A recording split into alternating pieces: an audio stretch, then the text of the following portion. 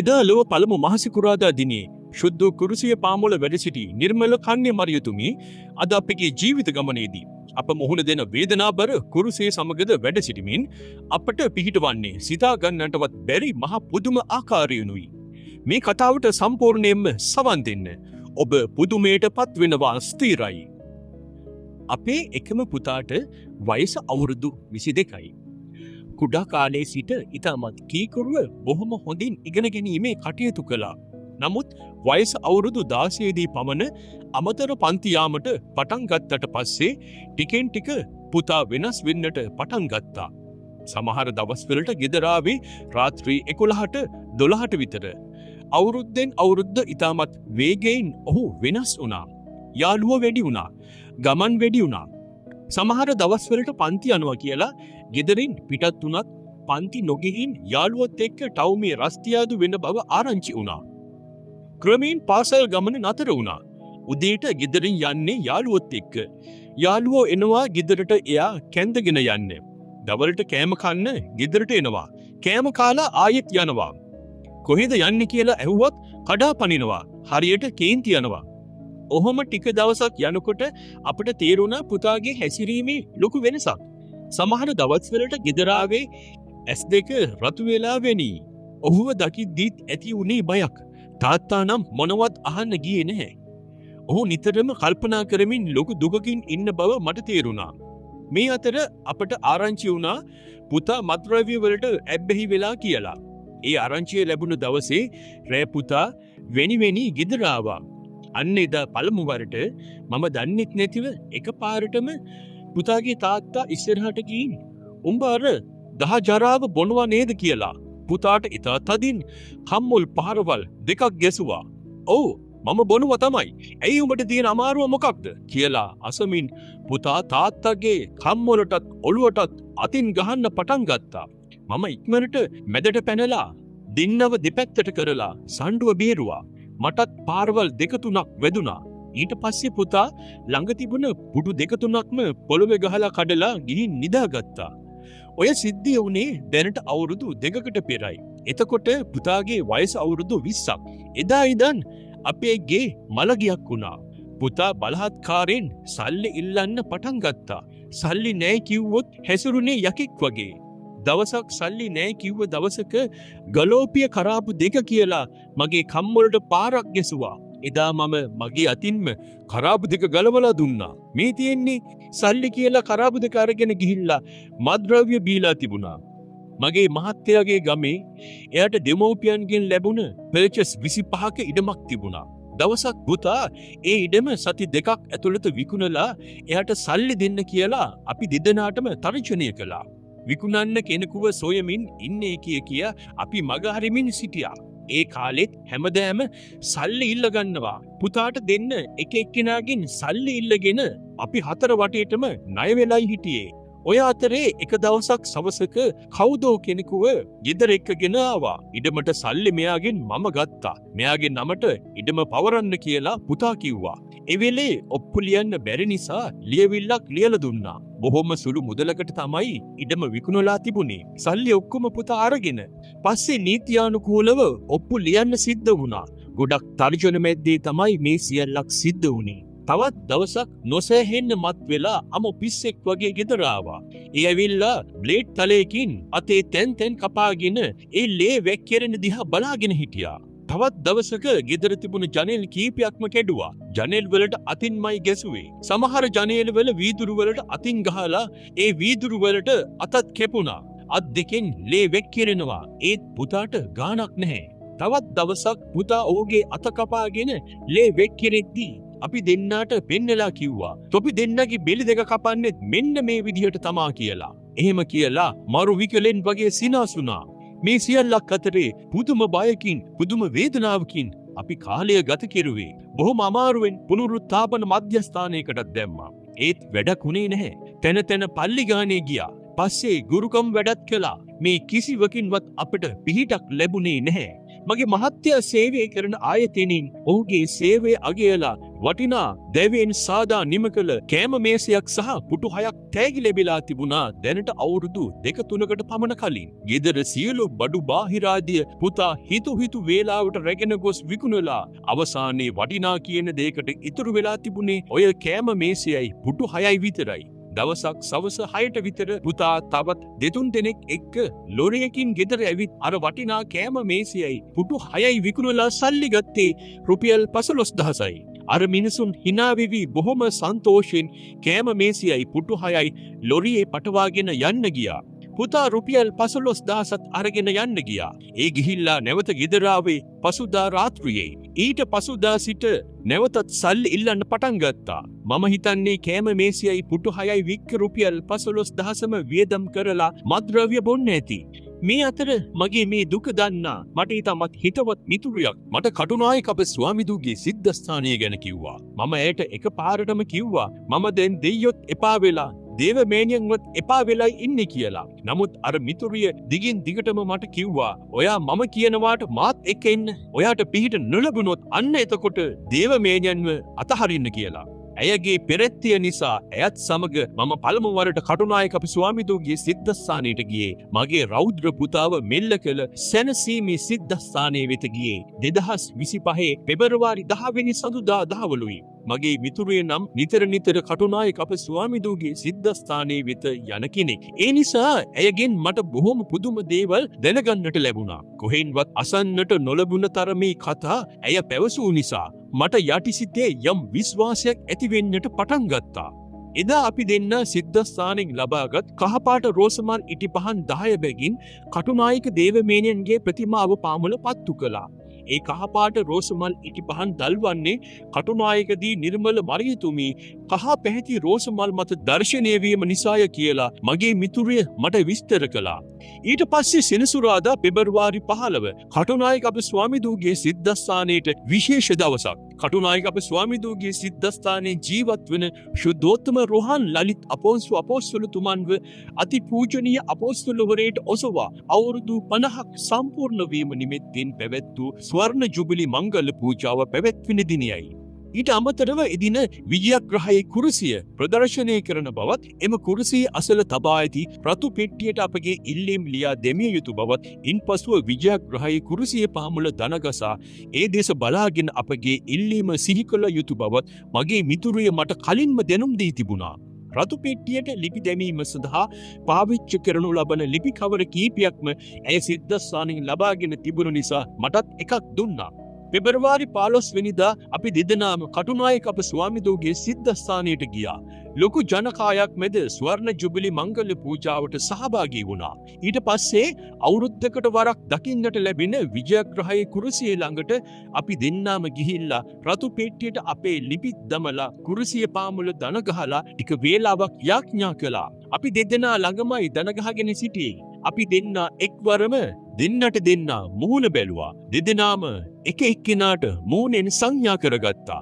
ඒ සංඥාවට හේතුව කුරුසියේ ලීය තිබුණත් ප්‍රතිමාව නොතිබීමයි. මට නම් දහඩිය දහන්නත් පටන් ගත්තා. තප්පර 30කින් පමණ අපි බලා සිටියදීම නැවතත් කුරුස ප්‍රතිමාව දිස්සුණා. අපි දෙදෙනා කුරුස ප්‍රතිමාවට නමස්කාර කරලා සිද්ධාස්ථාන භූමියට ඇවිත් මේ පුදුමය ගැන කතා වුණා. මගේ මිතුරිය මට කිව්වේ මගේ ඉල්ලීම ඉෂ්ට වෙලා මට සැනසීම ලැබෙන බවට ජේසු කුරුසියේ සිට ලකුණක් දුන්න බවයි.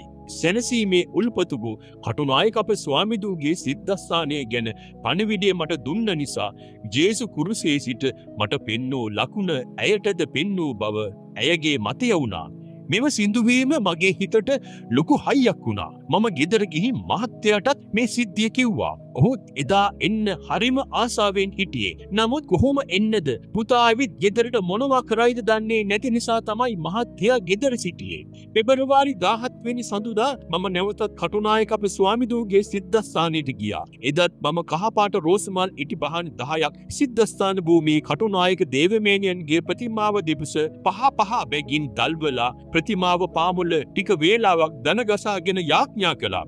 ඒ වෙලාවේ එතනට තද අවුවක් තිබුණු නිසා මම සෙවණ ඇති තැනකට ගිහිල්ලා දන ගැසුවා. දෙවියනේ, ඒ පාර අර එදා වගේම මම ටිකකට කලින් දැක්ක දේවමේනියන්ගේ ප්‍රතිමාව අතුරුදහන් වෙලා. මට එදා වගේ බයක් දැනුනේ නැහැ. මම බලාගෙනම හිටියා. මොකද මේ වෙන්නේ කියලා එක පාරටම ෂණයකින් ජේසු පිළිඳු වඩවාගත් කටුනායක දේවමේනියන්ගේ ප්‍රතිමාව දිස් වෙන්න පටන් ගත්තා. මේ සියල්ලක් සිදු වෙන අතරේ පුතාගේ මත්ද්‍රව්‍ය යුද්ධය දිගටම වෙමින් තිබුණා. 2025 පෙබරවාරි 22 වෙනි සෙනසුරාදා මම පළමු වරට හාස්කම් යාඥාවට සහභාගී වුණා. මම රතු පෙට්ටියට ලිපි දමන්නත් පටන් ගත්තා. මම ලියා ඉල්ලුවේ හාස්කම් යාඥාව අවස්ථාවේ සිහිපත් කළේ නැති වූ කිසිම දෙයක් අපට එපා කටුනායක දේවමේනියනි. අපේ එකම පුතාව මේ ජරා මත්ද්‍රව්‍ය බීමෙන් නවත්වලා යහපත් දරුවෙක් කරලා දෙන්න කියලා විතරයි. සෑම සෙනසුරාදාවකම නොරදවා එකම විශ්වාසයෙන් එකම ධෛර්යයෙන් මම මෙය කළා. ඒ වගේම සෑම සෙනසුරාදාවකම සිද්ධාස්ථානින් ලබාගත් දර්ශන ඉටිපන්දමක් ගෙදරගෙන ගොස් දල්වලා ප්‍රාර්ථනා කළා මගේ පුතාගේ ජීවිතේ ආලෝකමත් වේවා කියලා. කටුනායක අපේ ස්වාමිදුවගේ සිද්ධාස්ථානින් ලබාගත් තෙල් ගෙදර පහනට සතිපතා දමලා පහන දල්වලා ඒ ප්‍රාර්ථනයම කළා. මගේ මහත්යත් බොහොම විශ්වාසයෙන් මේ සියල්ලටම සහභාගී වුණා. සෑහෙන සති ගණනාවක් එකම විශ්වාසයෙන් මේ සියල්ල කළා. මට ලොකු විශ්වාසයක් තිබුණා කවදාකවත් ගලවාගත නොහැකිව නාස්ති වන පුතාව ඉතා කෙටි කාලයකදී ගලවාගත හැකි බවට.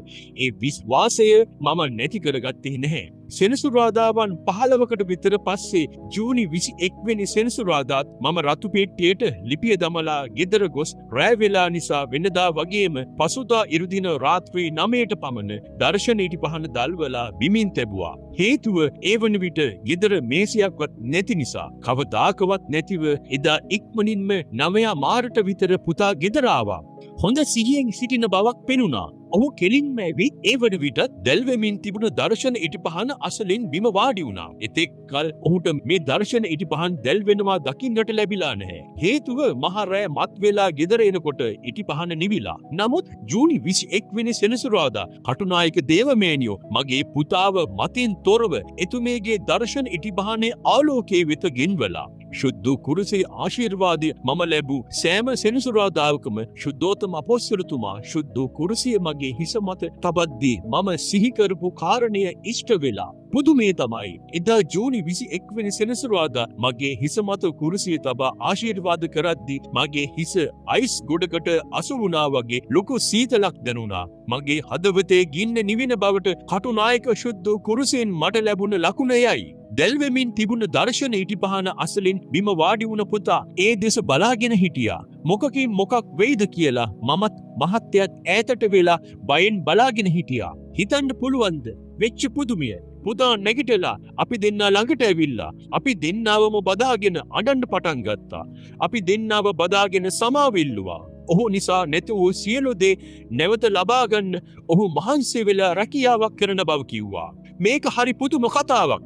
අපිට අදටත් පුදුමයි. අද මම මේ ලිපිය ලියන්නේ අගෝස්තු 7 වෙනිදා. පුතා යහපත් දරුවෙක් වෙලා මාස 2ක් විතර වෙනවා. දැන් යහළුවෝ නෑ. මත්ද්‍රව්‍ය වලින් සම්පූර්ණයෙන් ඈත් වෙලා. පුතා දැන් රස්සාවල් හොයනවා. තාත්තටත් කියලා තියෙන්නේ මොකක් හරි රස්සාවක් හොයලා දෙන්න කියලා. පුතා විටින් විට හාස්කම් යාඥාවට මාත් එක්ක එනවා. කුරුසිය ආශිර්වාදයක් ලබා ගන්නවා. අපේ ආර්ථික තත්ත්වය අනුව දැන් අපි ගෙදරින් එක්කෙනෙක් හෝ දෙන්නෙක් අනිවාර්යෙන් කටුනායක අපේ ස්වාමිදුගේ සිද්ධාස්ථානයට ගිහින් හාස්කම් යාඥාවට සහභාගී වෙලා කුරුසිය ආශිර්වාදය ලබා ගන්නවා. ඉනෝකා අමාසිගමගේ රත්නපුර. ඒ මවගේ දුක්බර කතාවට ඔබ සවන් දුන්නා. පුදුමයි නේද? ඒ මවගේ දුක්බර කුරුසිය මුළුමනින්ම සැහැල්ලු කළේ කවුද? කටුනායක අපේ ස්වාමිදුගේ සිද්ධාස්ථානයේදී ශුද්ධෝත්තම රෝහන් ලලිත් අපොස්තුලතුමන්ගේ සොරතින් ලබා ගන්නා ශුද්ධ කුරුසිය ආශිර්වාදයේදී නිර්මල මරියතුමී එදා වගේම අදත් කුරුසිය පාමුල වැඩ සිටිමින් අපගේ වේදනාබර ඉල්ලීම් වෙනුවෙන් තම දයාබර පුතුණුවන් වූ ජේසුස් ක්‍රිස්තුස් වහන්සේ ඉදිරියේ මැදිහත් වෙනවා. මෙතෙක් වෙලා ඔබ සවන් දුන් කතාවේ තේරුමයයි. කටුනායක අපේ ස්වාමිදුගේ සිද්ධාස්ථානයේදී නිර්මල කන්‍ය මරියතුමිය 23 වතාවක් දර්ශනය වෙලා තිබෙනවා. මරියතුමිය ශ්‍රී ලංකාවේ දර්ශනය වූ ප්‍රථම අවස්ථාව මෙයයි. පළමු වරට දර්ශනීය වුණේ 1975 පෙබරවාරි 5 වෙනිදා. දැන් 800 වසක්ද ඉක්මවා ගොස් ඒ උත්තමාවී අදටත් කටුනායක අප ස්වාමිදුගේ සිද්ධස්ථානයේ සිට සිය පුතුණුවන් දර්ශනය වී පත් කරනු ලැබූ දෙවන අපොස්තලතුමාණන් දානය කරනු ලබන ශුද්ධ කුරුසී ආශිර්වාදයේ මාර්ගයෙන් අපට පිහිට වෙනවා. ඔබට මතකද ඔබ දැන් සවන් දුන් මවගේ කතාවේදී ඇය කිව්වා දීර්ඝ කාලයක් ඇය තම පුතා නිසා දරාගත් දුක ඉවසාගත් නොහැකිව ඇයට දෙයියොත් එපා වෙලා දේවමෑණියන්වත් එපා වෙලා ඉන්න අවස්ථාවක තමයි කටුනායක අප ස්වාමිදුගේ සිද්ධස්ථානය ගැන දැනගත්තේ කියලා. ඉතින් බලන්න දේවමෑණියන් අපට දක්වන කරුණාව කොයි තරම්ද කියලා. ලබන සෙනසුරාදාත් සවස 6ට කටුනායක අප ස්වාමිදුගේ සිද්ධස්ථානයේදී ශුද්ධ කුරුසී ආශිර්වාදය ලබා දෙනවා. ඔබගේ වේදනාබර ඉල්ලීම ලියූ ලිපිය රතු පෙට්ටියට දමා ශුද්ධ කුරුසී ආශිර්වාදය ලබා ගැනීමට දනගසන්න. ලිපි ලිවීම සඳහා අවශ්‍ය කඩදාසි සහ කවර සිද්ධස්ථානයෙන් ලබාගත යුතු අතර සෙනසුරාදා සවස 4:30 5:30 අතර සිද්ධස්ථාන කාර්යාලයේදී ඔබගේ ලිපියට මුද්‍රාව තබා ගන්න.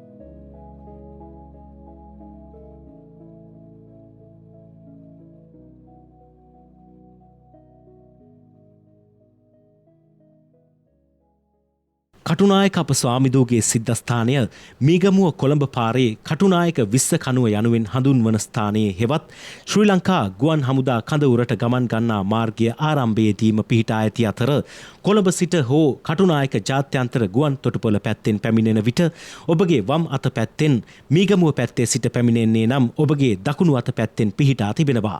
කටුනායක අප ස්වාමිදුගේ සිද්ධස්ථානය ජේසුස් ක්‍රිස්තුස් වහන්සේ දර්ශනය වූ ශ්‍රී ලංකාවේ ප්‍රථම සහ එකම සිද්ධස්ථානයයි. එමෙන්ම නිර්මල කන්‍ය මරිය මාතා වූ 23 වතාවක් දර්ශනය වූ ශ්‍රී ලංකාවේ ප්‍රථම සහ එකම සිද්ධස්ථානයයි.